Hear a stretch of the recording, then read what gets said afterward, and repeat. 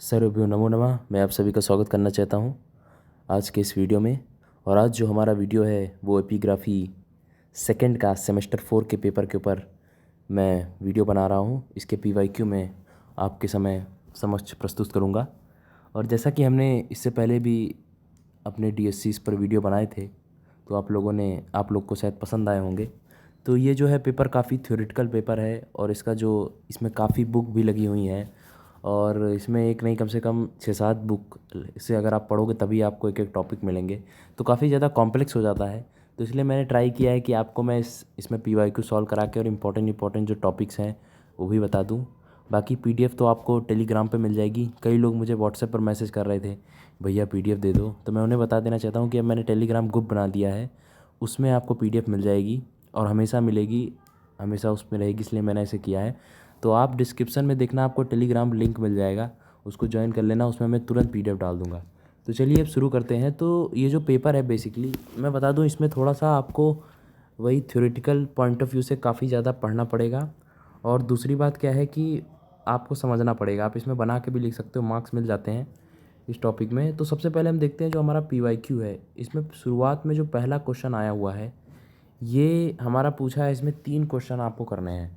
तो ये question 18-18 marks वाले हैं भाई, लॉन्ग क्वेश्चंस हैं। तो लॉन्ग क्वेश्चंस करने के लिए मैंने पहले भी आपको बता रखा है, इसकी पेज की लिमिट आपकी कम से कम 6 पेज होनी चाहिए। इसकी लिमिट 5 या 6 पेज, जितना आप कर ले जाओ आपके ऊपर डिपेंड करता है। पर इसमें सबसे पहले हम ये समझते हैं कि इसमें क्या पूछा है क्वेश्चन में। तो जैसे क्या है कि इसमें बहुत सारे अभिलेख लगे हुए हैं। पिछले सेमेस्टर भी 1-2 अभिलेख ही लगे थे। पिछले सेमेस्टर बेसिकली अभिलेख और लिपि के ऊपर था, लेकिन इस 4th सेमेस्टर में क्या है कि बहुत सारे अभिलेख को डीपली थोड़ा सा पढ़ना है। उनके श्लोक पर भी इसमें क्वेश्चन आया हुआ है, मैं भी आपको दिखाता हूँ। तो सबसे पहले जैसे इसमें पूछा है, रुद्रदामन के गिरनार अभिलेख का ऐतिहासिक महत्व लिखें।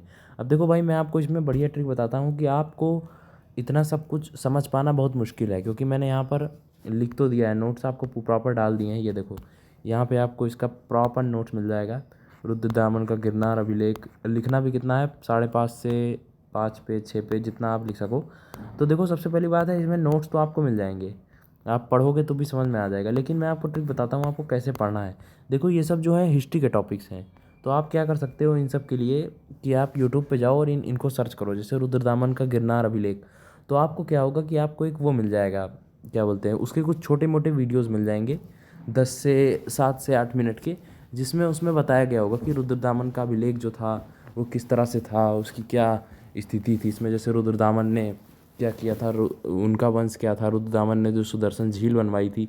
तो ये सब जो है ना आपको उसमें पता चल जाएगा। तो अगर आप उसको एक बार समझ लेते हो ना माइंड से, तो आपको लिखने में आसानी होगी। उसके बाद अगर आप ये मेरे नोट्स पढ़ोगे पीवाईक्यू, तो आपको ईजिली समझ में आ जाएगा। बाकी भाई जिनके पास टाइम नहीं है वीडियो देखने का, मैं इसलिए बोल रहा हूँ वीडियो देखना, क्योंकि अगर आप वीडियो देख लिए तो आपको ईजिली समझ में आ जाएगा, लिखने का टेंशन खत्म हो जाएगा। लेकिन अगर आपके पास टाइम नहीं है तो आप डायरेक्ट ही नोट्स भी पढ़ सकते हो, इससे भी आपको समझ में आ जाने वाला है। तो इसमें भाइयों मैंने अच्छे से डाल दिया है, अच्छा खासा होगा। पीडीएफ आप खोलना, इसमें थोड़ा छोटा मैंने लैंडस्केप किया है तो दिख कम रहा है। बाकी आपके लिए सफिशिएंट कंटेंट है, आप प्रॉपर इसमें 5 से 6 पेज जितना है 18 मार्क्स में लिख सकते हो। दूसरा देखो भाई, महरौली लौह स्तंभ आया है, ये तो शायद दिल्ली में ही है, आप लोग जानते होंगे। इसमें शायद कई लोग घूमने भी गए हों। तो ये जो है हमारा महरौली का लौह स्तंभ, जैसे कहते हैं कि इसका जो लोहा है उसमें जंग नहीं लगती, ऐसी इसकी विशेषताएं पाई जाती हैं।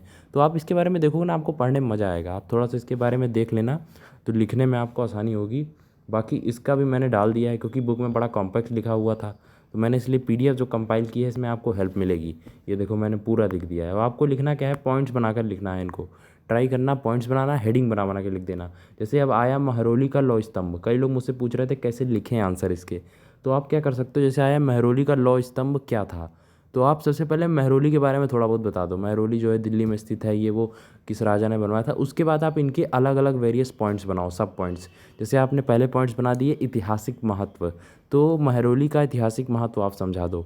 आप बता दो कि महरौली के ऐतिहासिक महत्व कुछ इस प्रकार हैं कि ये दिल्ली में स्थित है, ऐसे आप ऐतिहासिक महत्व बता दिए। उसके बाद आप साहित्यिक महत्व बता सकते हो। फिर आखिरी में आप चाहो तो उसके कुछ, जैसे सुदर्शन झील थी उसमें रुद्रदामन में, तो आप बता सकते हो कि इसके क्षेत्रीय महत्व क्या है। इस प्रकार से आप महत्व महत्व करके इसके 4-5 पॉइंट बना देना। इस तरीके से आपके थोड़े पेज भी जो हैं वो कॉम्प्लेक्स नहीं लगेंगे आपको, और आपको पॉइंट्स मिल जाएंगे। तो ये आपको इसमें करना है। देखो मैंने अलग अलग पॉइंट में इसलिए डाल रखा है किसने क्या कहा है। वो आप लोग समझ लोगे भाई। जिसकी जितनी अच्छी इसमें वो होगी आंसर राइटिंग, वो उतना अच्छा कर ले जाएगा इस पेपर में। तो ये आप लोग समझ गए। बाकी मैंने आपको बता दिया अभिलेख कैसे लिखना है, महत्व वाला याद रखना, वो लिखना बहुत ज़रूरी है। उसके बाद क्या है कि ये जो क्वेश्चन है भाई, ये हर बार आते हैं, पिछले पेपर में भी आए थे।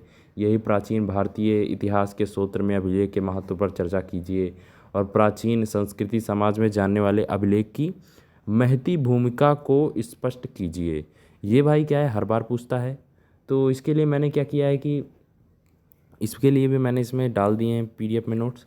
आप पिछले सेमेस्टर में पढ़े थे तो आपको ये आता ही होगा, अगर आप इसको बिना देखे भी जाओगे तब भी मुझे उम्मीद है कि लिख लोगे आप लोग।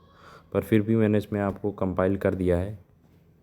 ये सब उसी का ही है, अभिलेख का ही है पूरी। ये देखो, भारतीय प्राचीन इतिहास में प्रमुख सूत्रों में अभिलेख क्या पाए जाते हैं। मैंने पिछले भी बार वीडियो बनाया था तो उसमें बताया था कि अभिलेख वो साक्ष्य हैं जो प्राचीनता को दिखाते हैं, जिसमें पत्थरों पे लिख दिया जाए या उस पर लिख दिया जाए। तो यहाँ पर बहुत कुछ है।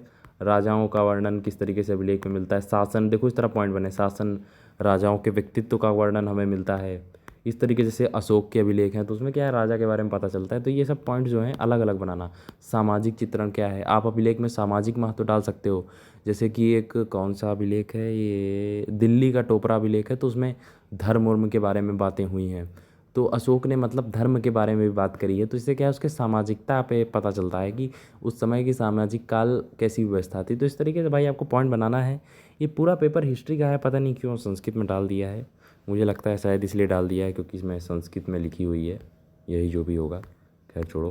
तो ये 4 क्वेश्चन आप समझ गए। इसमें से आपको 3 करने हैं, लेकिन ये क्वेश्चंस अगर इंपॉर्टेंट की बात करूँ तो भाई रुद्रदामन जरूर करके जाना, पूछेगा। महरोली भी कर लेना, हर बार पूछ लेता है। बाकी अभिलेख के बारे में आपको पता ही है। और इसके बाद जो 5वां क्वेश्चन है, ये सबसे इंपॉर्टेंट है, ये वाला भाई। ये आपको आपकी बुक में नहीं मिलने वाला। इसके लिए मैंने एक अलग से जुगाड़ कर रखा है। बुक का ही है वो, थोड़ी सी अलग बुक है, वो मिलती कम है। तो उस बुक से मैंने इसके कुछ नोट्स बना रखे हैं जो मैं आपको दे दूंगा। और इसका थोड़ा सा बड़ा मैंने पीडीएफ में डाल दिया है डाटा। अच्छा, आपको आंसर में उतना नहीं लिखना है, मैंने इसलिए ज़्यादा डाल दिया है कि अगर इसमें क्वेश्चन 2 तरीके से पूछता है। एक पूछेगा कि काल पद्धति के बारे में बताएं, तो मैंने काल पद्धति के लिए भी डाल दिए हैं नोट्स। और पूछ सकता है काल गणना बताएं, तो दोनों के मैंने मिक्स करके डाल दिए हैं। आपको जो सही लगे, जितना आप कवर कर सको भाई उतना कवर कर लेना। कोई इतना बड़ा लिखना नहीं है। मैं दिखाता हूँ आपको काल गणना कहाँ पर है, इसी में होगा।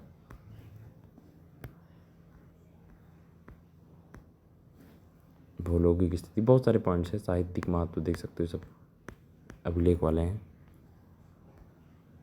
ये आया आपका साहित्य समाज दर्पण। यहाँ से आपका जो है ना, ये पहले तो कुछ थ्योरी है। अगर आपसे पूछ ले काल गणना क्या होती, तो आपको बताना पड़ेगा कैसे काल को विभाजित, जैसे चंद्रगुप्त मौर्य का काल, ये वो।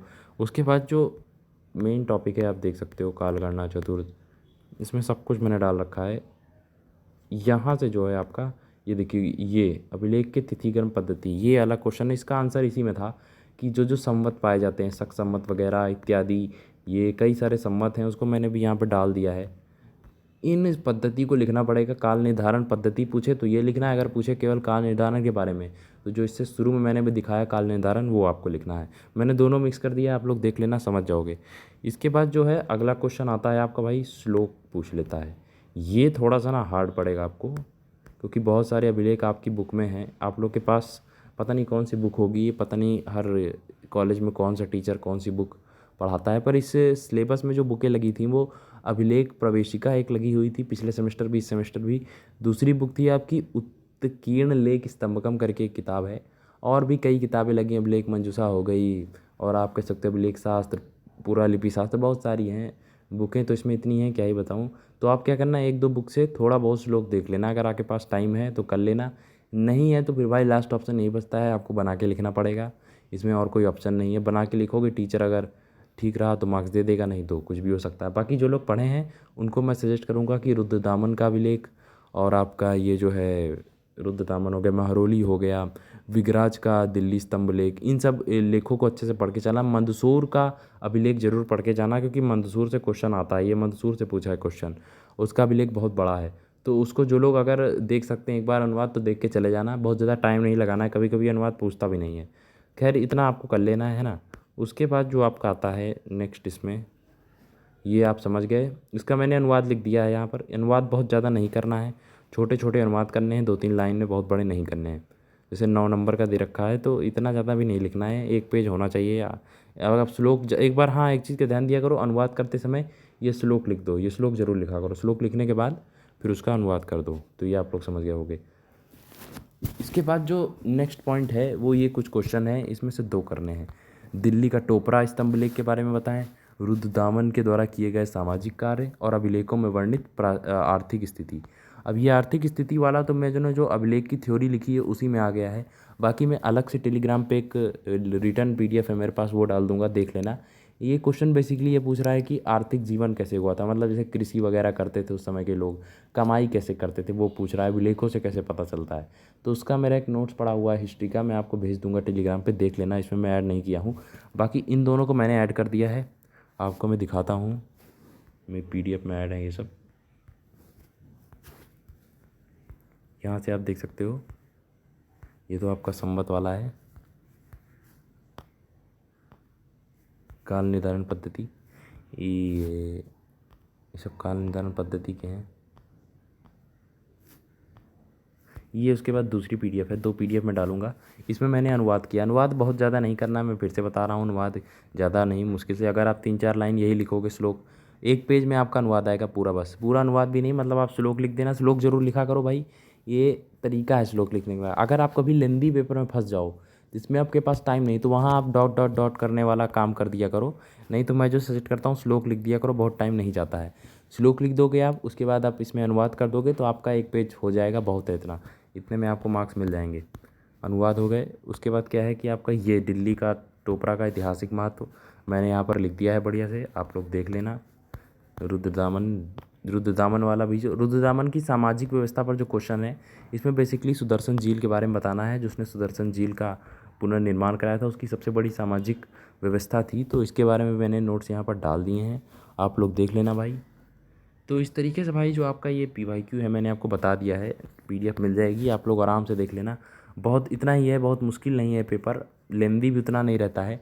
बस आपको इस चीज़ का ध्यान देना है कि आपको जो लिमिट है उसका ध्यान देना है, क्योंकि ये थ्योरी पेपर है तो इसमें लिमिट देखी जाती है। जैसे 9 नंबर के क्वेश्चन हैं तो आपको इसमें 18 नंबर के क्वेश्चन है, तो इसमें आपको कम से कम 5 से 6 पेज लिखने हैं, बढ़िया से अच्छे से लिखना है, गलती ना हो, पॉइंट्स बना बना लिखना, जल्दी हो जाएगा। बाकी अनुवाद वाला जो है, अनुवाद वाला एक बार आप लोग देख लेना, ना आए तब भी करके आना, छोड़ना नहीं है। और लास्ट में ये वाले क्वेश्चन तो आप लोग कर लोगे। अब बात आई इंपॉर्टेंट क्वेश्चंस की, तो इंपॉर्टेंट क्वेश्चन जो मैंने आपको बताया, जैसे दिल्ली टोपरा एक बार पढ़ लो, विगराज का स्तंभ लेख पढ़ लो, मदसूर देख लो, नालंदा एक है वो भी देख लेना, नालंदा अभिलेख पर भी क्वेश्चन हो सकता है इस बार आ जाए, पिछली बार नहीं आया था। बाकी रुद्रदामन इंपॉर्टेंट है। ये सब आप हिस्ट्री के टॉपिक्स हैं तो आप यूट्यूब पे सर्च करोगे तो स्मॉल स्मॉल वीडियो मिल जाएंगे, उनसे आप थोड़ी इनकी थ्योरी के बारे में जान लो, बाकी आप लिख लोगे, कोई दिक्कत नहीं है, बाकी मेरी पीडीएफ पढ़ लोगे तो काम हो जाएगा। तो उम्मीद है आपको समझ में आएगा। और भाई काल गणना बिल्कुल मत भूलना, काल गणना जरूर पढ़ के जाना, उससे तो गारंटेड क्वेश्चन आता है काल गणना से। तो ठीक है भाइयों, आप लोग समझ गए होंगे। फिर मिलते हैं नेक्स्ट वीडियो, नेक्स्ट सेमेस्टर में मिलेंगे, अब तो आपके एग्ज़ाम ख़त्म ही हो जाएंगे। फिर मिलते हैं नेक्स्ट सेमेस्टर, थैंक यू, नमो नमः।